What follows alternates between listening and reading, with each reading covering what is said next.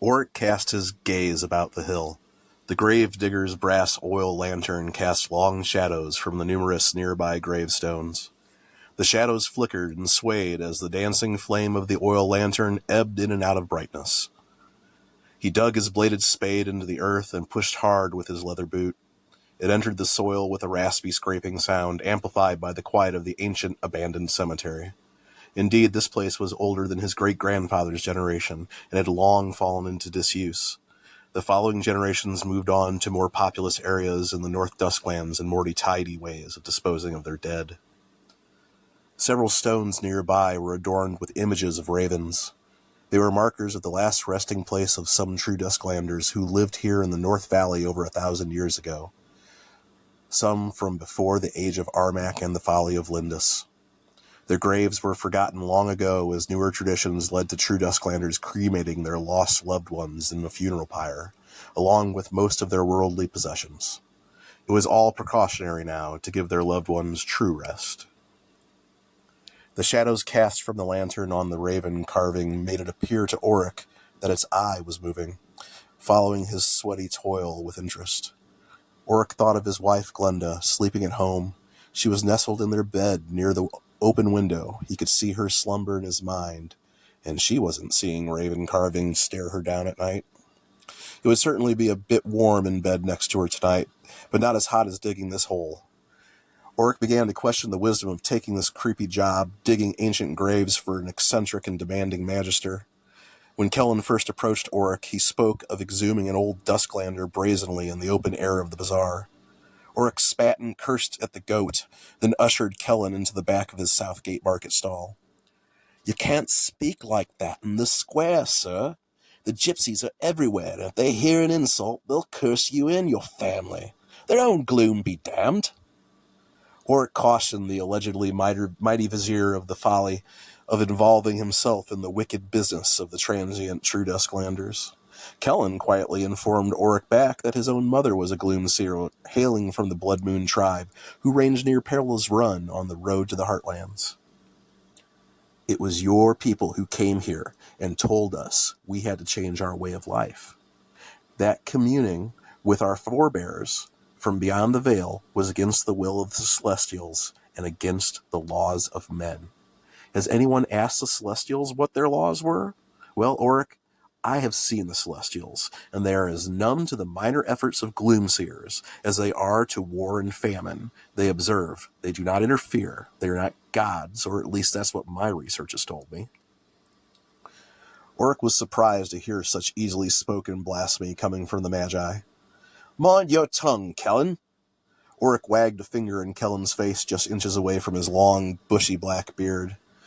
"You speak of our creators. No Rostov king's gonna make me forget my family believed in the Celestials." "The Celestials are many things, Oric, but our creators?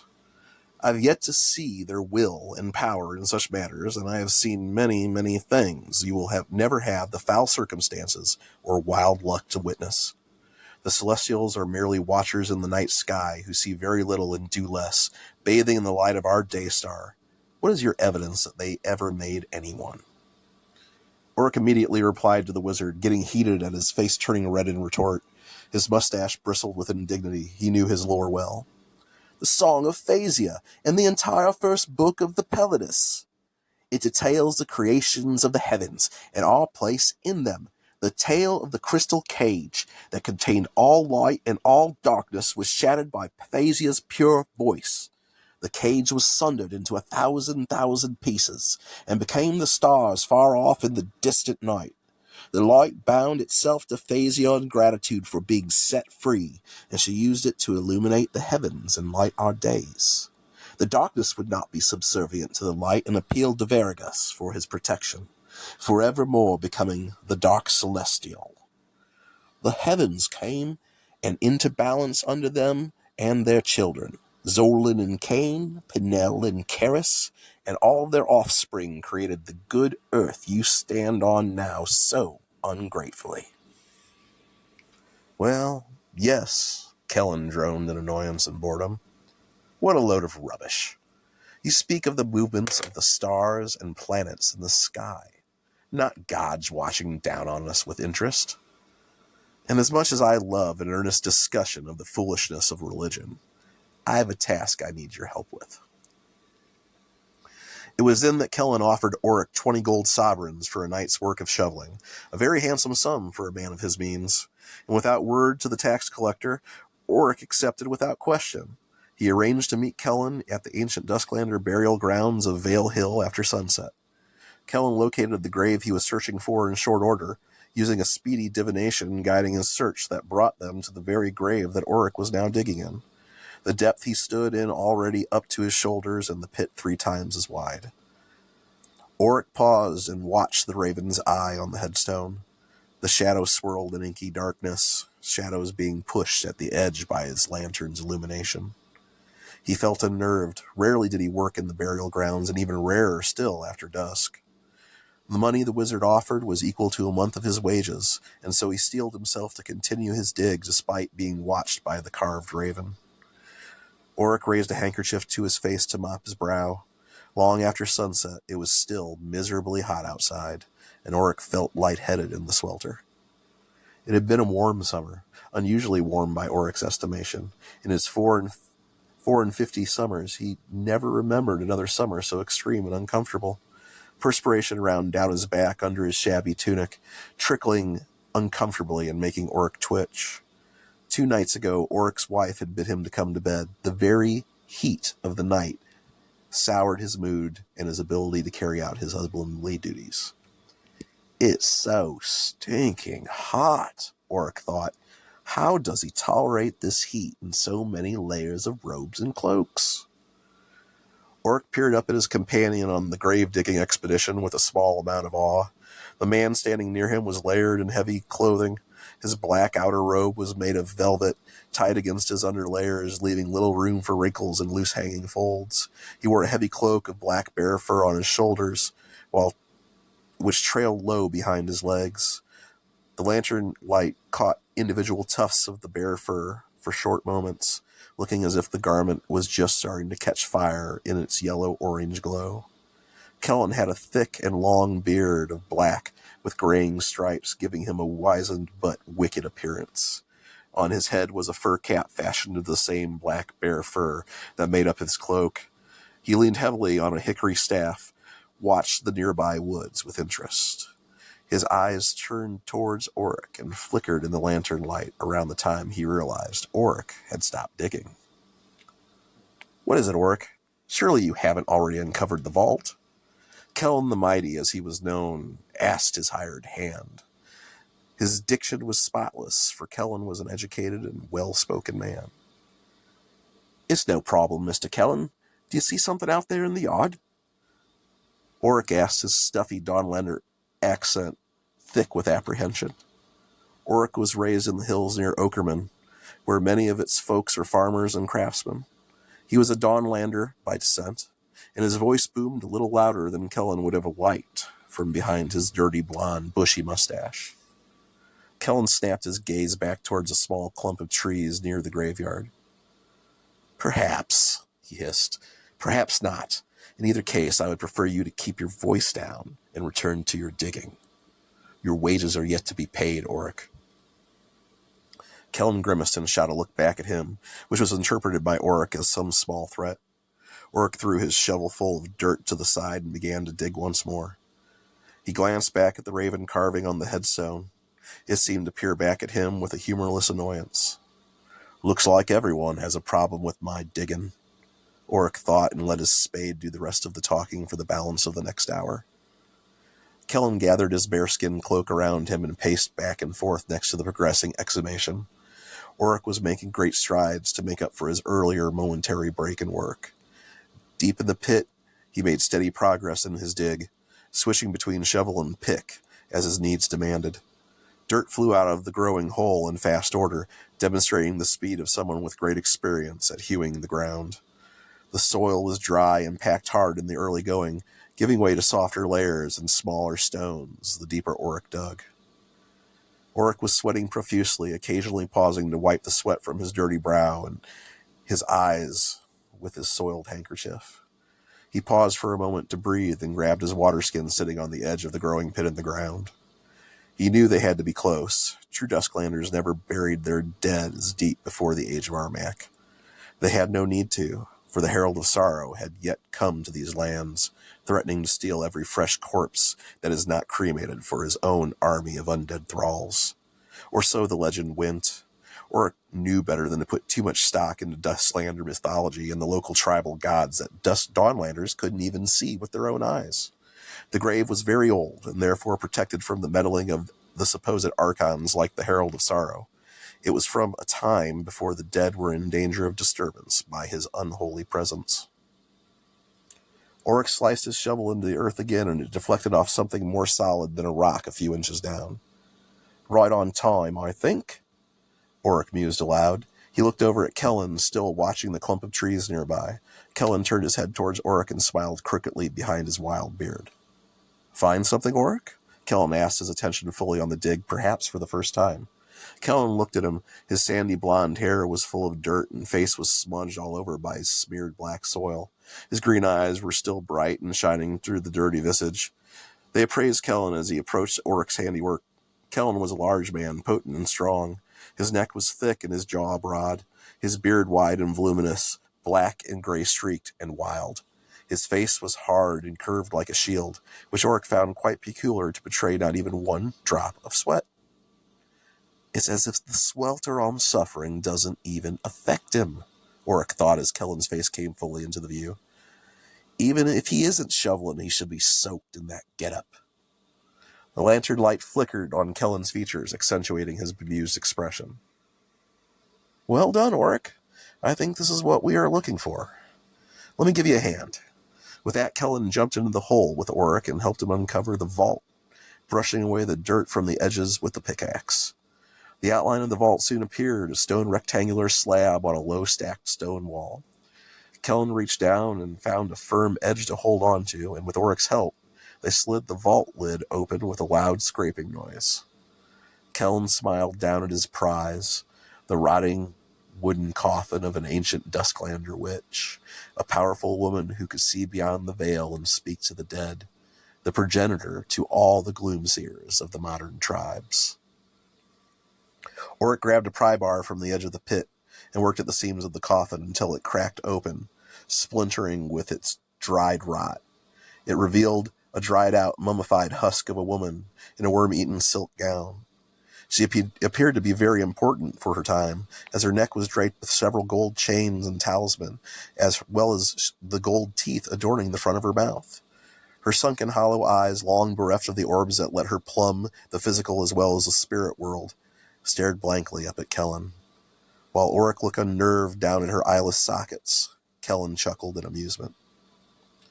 She's perfect, Kellan mused as he looked her desiccated corpse up and down, even reaching out and caressing her mummified cheek tenderly. The gesture repulsed Oryx in a way he couldn't quantify, so he instead leaned on the spade's handle and turned away momentarily as the bearded wizard hovered over the top of the ancient witch's remains. The night became still and quiet, and Oryx could hear only his breathing and the leaves of the nearby poplars clapping in the wind. From above, the soft yellow light of Cain shone down on her long dead countenance. After turning back around, it appeared to Oryx that Kellan might be in love. His eyes were drawn to her gold necklaces and teeth again. Please, Mr. Kellan, can I have her chains and teeth when we're finished? Oryx felt the request might be bold, but the jewelry could go a long way in paying for dried goods and sundries for his household in preparation of winter. Gravedigging could be lucrative work, but it was generally frowned upon by the local true Dusklander populace, even if it had been hundreds of years since the last one was buried. Dirge held the Dusklands in a grip of terror. The demonic Archon made use of the dead with his necromantic powers for purposes far fouler than Kellan's midnight exhumation of this witch. My dear Oryx, this woman is going to be nice enough to help us. I think it would be rude to take all she has, don't you? Kellan smiled over at Oryx, and before he could respond, a rustle of leaves in the grass from above made both men straighten up and look around. After several long minutes of peering out into the darkness, neither Kellan nor Oric could see what had caused the noise. It matters little. The eyes that watch us have had the opportunity to hurt us if they could. Come, Oric, let us begin. Kellan raised his right hand and spoke an unfamiliar and arcane command with intention. The ruby adorning the engraved gold ring on Kellan's left hand burst forth a sanguine light on the corpse of the witch. The red waves of energy pulsed from the ring, creating a rhythm akin to a heartbeat. Kellan reached down and touched the witch's hand laid across her chest. A great whooshing sound soon began to accompany the pulses of energy, followed by a sound not unlike paper tearing. Slowly, a silverly translucent spirit rose from the dried husk of the witch's remains. Ethereal mist rose up all around them as the spirit righted itself and hovered in front of Kellan in her own grave. It was the old witch, some clothing and jewelry and apparition, but much younger in appearance. Kellan watched coolly as Oric backed into the corner of the pit, frightened. He had not signed up for this. His head swam with a dozen different plans to run away in a dozen different directions, but the first direction was up and out of the dug pit, and he didn't want to turn his back on this ghost. Oric swallowed hard as he watched Kellan bow his head in reverence for the ancient witch who floated as a spirit before him. The spirit was indeed frightening, but also striking looking. Oric realized she was using the form she remembered most fondly from her life, and the witch appeared young and beautiful. Her ghostly see-through countenance was lit up by bright blue glowing eyes, Dusklander blue. Her hair unnaturally floated, uninfluenced by the breezes. It rose up and down as if bobbing in water. The now perfectly manifested gown sparkled on the apparition, and she smiled eerily at Kellan before reciting her lament. It was the sorrowful and dramatic recollection of her life and thoughts, somehow now on this side of the veil again. She looked at the surrounding graves with unfocused and hollow dark eyes as her keening whispers from beyond made Oric feel like he had icicles hanging on his heart. He whimpered as she spoke somewhat cryptically. The many corpses that occupy this hill, their spirits shiver and bones are ground by time. Pale lights from the village below tumble and fade in their struggle to gain these heights. We are alone. The light of Cain gives half light to graves of those halfway through eternity. We hear now only the whispers of the wind and the creaking of old trees. Observe another long dead petal twists and spins on its downward journey to damp oblivion. The witch's spirit took a long pause. Staring at the men, she appraised them before suddenly pointing at a dead leaf falling from a nearby poplar, before she continued serenely. See how the mist beguiles the lunar light? It rises from our graves and floats any way the breeze favors. Those found deepest still whisper to those with ears to listen. They speak from moldy pine coffins, their voices hoarse from behind their shrouds. They speak of their lives, remembered deep in their souls. They speak. Remember me? I am no more than you see here.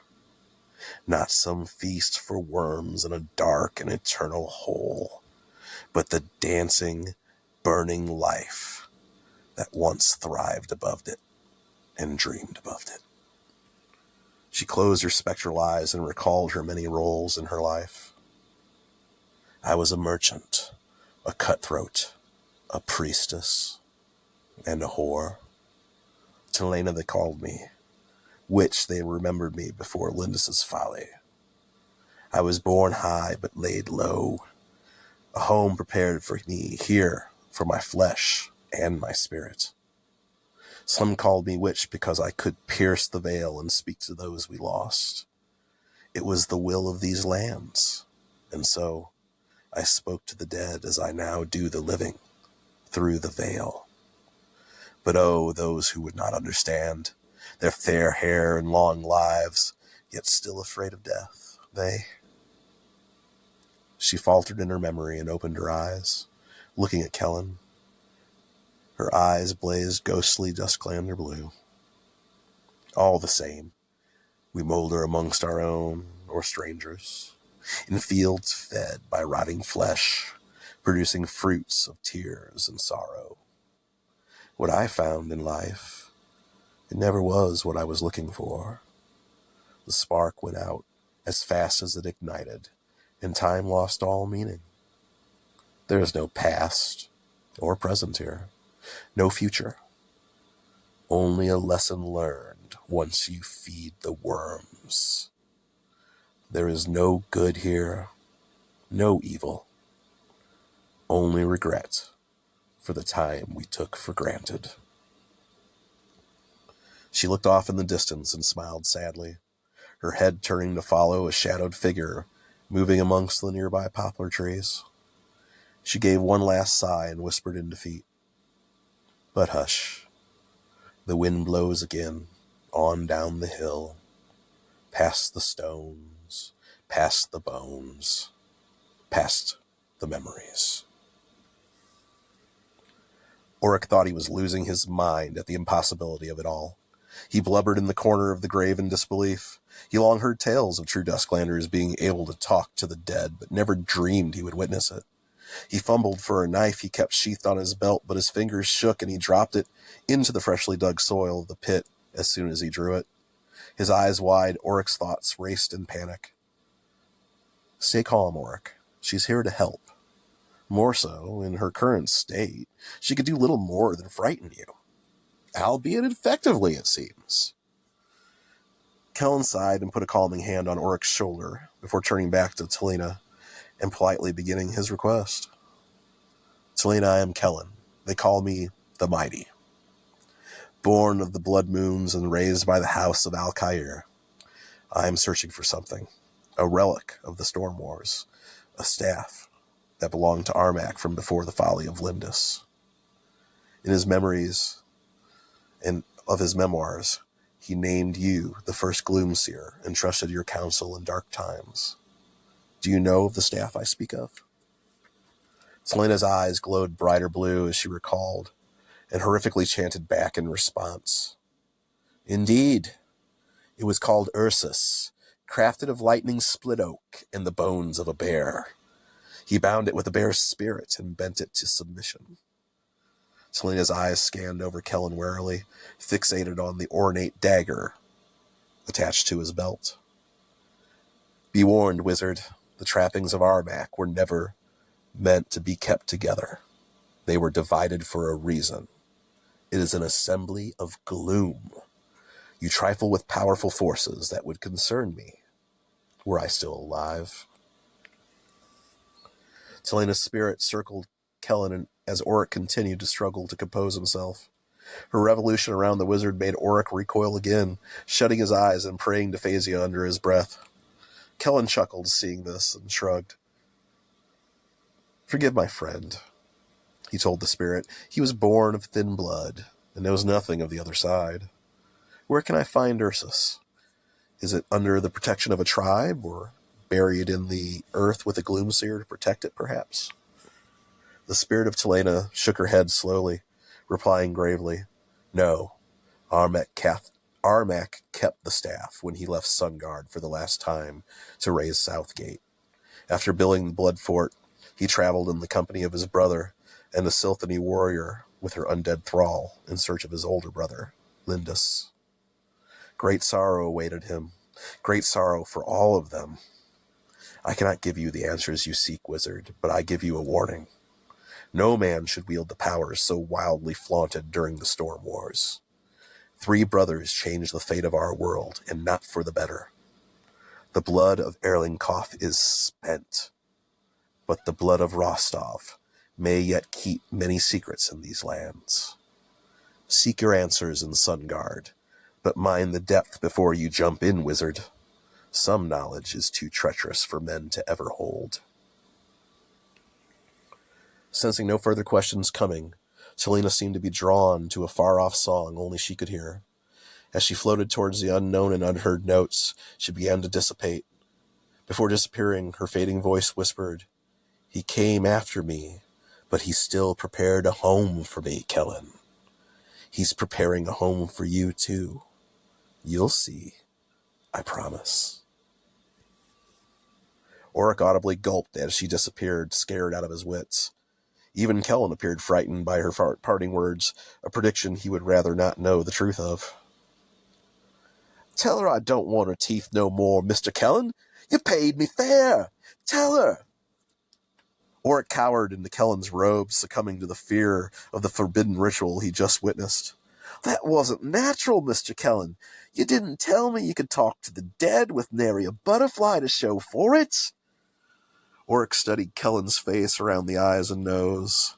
His complexion was smooth and natural-looking without the manifestation of the curse that haunts so many of Kellan's own kin.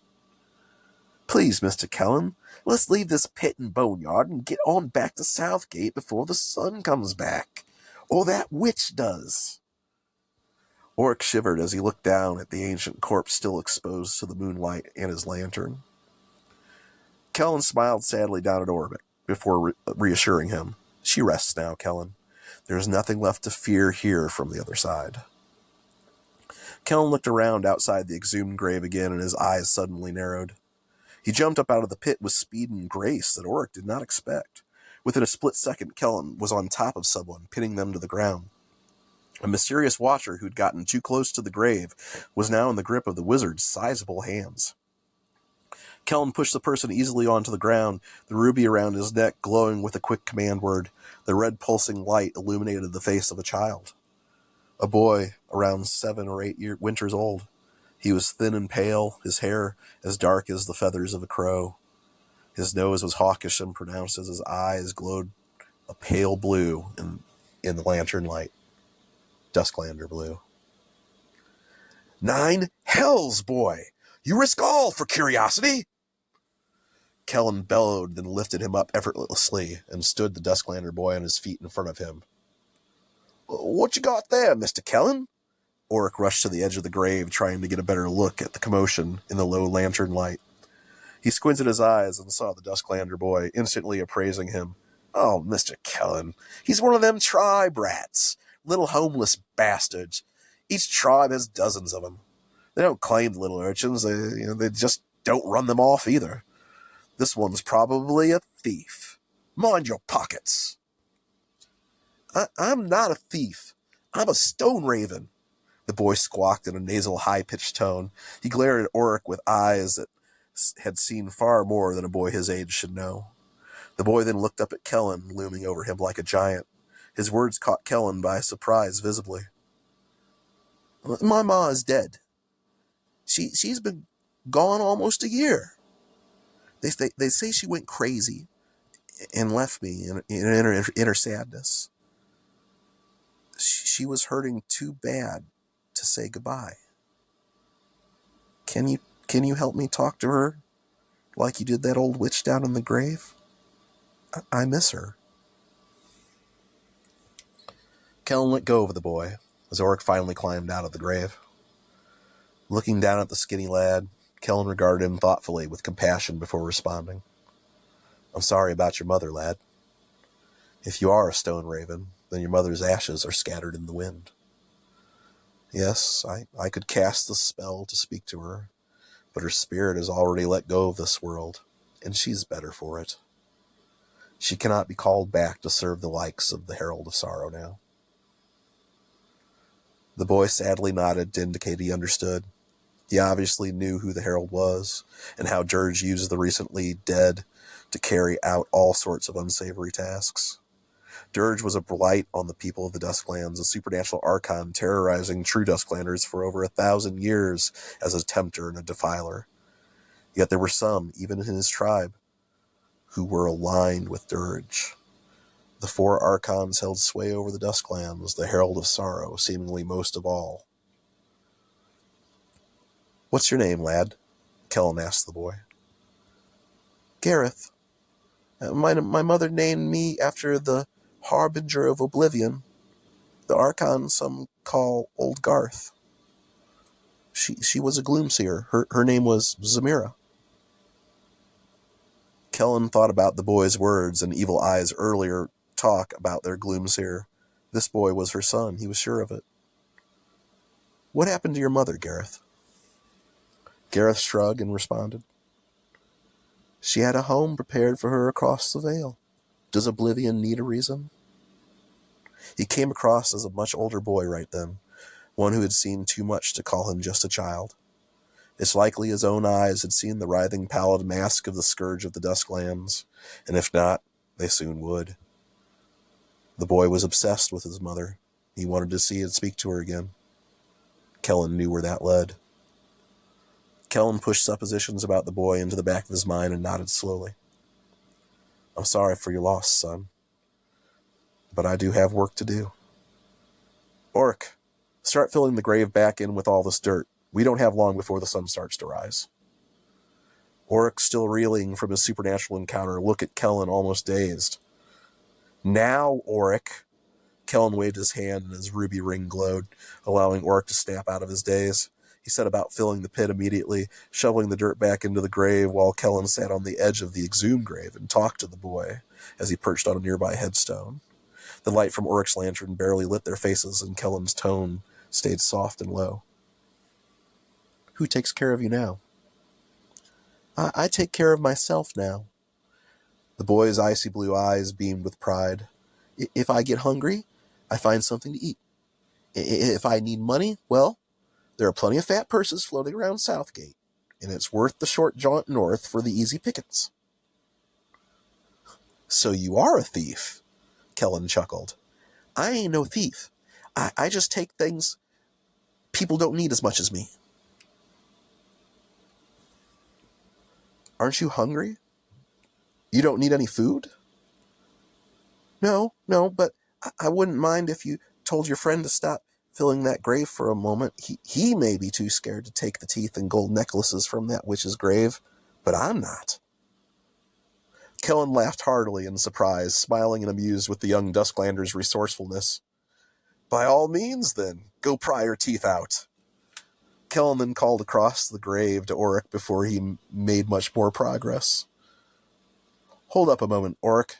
This lad needs those teeth and gold chains more than Talina does, I think. Oric stopped filling the hole, shaking his head and sweating profusely again. In a coarse accent, he warned against it. Don't let him do it, Mr. Kellan. If I'd taken her teeth, that ghost would have haunted me all the rest of my days. The Dusklander boy jumped in the grave and snatched the chains from the neck of the mummified gloomseer. He pried her rotten, ancient jaw open to reveal her gold teeth. After pulling a knife from his belt, the boy pried the teeth from her long, dead mouth. With a determined smile and sweat running down his temple, Gareth wedged the last tooth free. He nearly slipped off his own feet when he was met suddenly with a ghastly howl from the depths of Talina's long, dead throat. The sightless dark holes that remained in her mummified face seemed to stare directly into the boy's soul. He stumbled backwards, frightened at the moment, the gold teeth and chains flying up into the moonlight before landing back in the soft, freshly filled dirt grave. The boy looked up at Kellan, half obscured in the shadows of the trees beneath the moon. The wizard's face was impassive and free of perspiration as he observed Oric and the boy and how they responded to the forces beyond the veil. With renewed courage and no more interruptions from the afterlife or its varied inhabitants, the boy grabbed up all the teeth and gold chains that belonged to the dead gloomseer before climbing out of the grave. Kellan raised an eyebrow as the boy looked up at him with piercing Dusklander eyes. Don't worry, the boy said wistfully. I'll bring her some flowers. Kellan and the boy laughed together as Oric set back to his task of filling the grave. The laughter echoed off the markers of the graves around them, creating an eerie acoustic echo that sounded like dozens of people laughing. The eye of the raven carved into the stone marker of Talina's grave, the first gloom seer, watched Oric work all the way until the sun started to rise. By then, Kellan had given the boy several gold coins, a loaf of bread, some dried meats, and a wheel of cheese. I wish I could give you more, but I have a long road ahead. Kellan tried to maintain his distance from the boy, not wanting to get attached. The boy knew Kellan and he were more alike than he cared to admit. No, don't look at me like that. There's no room for a lad as young as you on the road I must travel. Perhaps when I come back from Sunguard, I will check in on you. Gareth nodded as he slid the stolen grave artifacts into his pocket, feeling the gold teeth rolling around snug in the cloth of his threadbare trousers. He nodded and took his leave of Kellan, turning back once to wave goodbye as he climbed down the hillside of the burial grounds and disappeared into the darkness. Kellan watched the boy go, then turned back to watch Oric finish his work. Stop obsessing with that carving, Oric. I can't help it, Mr. Kellan. It's staring at me. Oric chuckled nervously, glad the job was almost finished and convinced a hot bed in the summer was preferable to the cold of the grave, and looked forward to crawling into his own bed soon. After refilling the grave with turned soil, Kellan and Oric descended the hill not long after. Gareth had left them. They carried Oric's tools back to his home and stowed them in his lean-to shed off the side of his small stone house. Oric's wife was already awake and making breakfast, bacon from the smell of it. It made Oric's mouth water, and he was suddenly thankful for a mundane life with a woman who cooks for him. You hungry, Mr. Kellan? Just as Kellan was about to politely refuse Oric's offer of breakfast and pay him for his digging, Kellan's hand slipped down to his purse, his arm missing the usual hitch on the hilt of his dagger, the Fang of Armak. Kellan looked down to see it was no longer attached to his belt. He cursed and stated to Oric, "The boy took my blade!" Kellan looked sick. He told Oric he had searched for years of his adult life before he found the Fang of Armak, just to have it stolen from him in mere minutes by a boy of less than 10 winters old. I told you those tribe rats were all thieves, Oric said matter-of-factly. Kellan waved off his sympathetic indignation with a calm response. He's just trying to get my attention. Well, now he has it, and he may regret it if he tries to sell what he stole. With that, Kellan pulled out his hidden purse and paid Oric the 20 gold coins he promised in payment for his services. Oric's eyes gleamed in mild avarice as he took the coins. Thank you, Mr. Kellan. It was worth seeing a ghost or two, certainly. Oric bit one of the coins, and it gave easily between his teeth, and he smiled and waved at Kellan as he untied and mounted his horse and took his leave. You're all filthy, Oric's wife Glenda called to him from across the kitchen. You look a bit disturbed, love, like you've seen a ghost. She offered him a fresh damp towel so he could clean his hands and face before eating. Oric took the towel gratefully and began to wipe his face clean, his words mumbling back to her in his thick Dawnlander accent from beneath. No more talk about ghosts, Glenda, okay?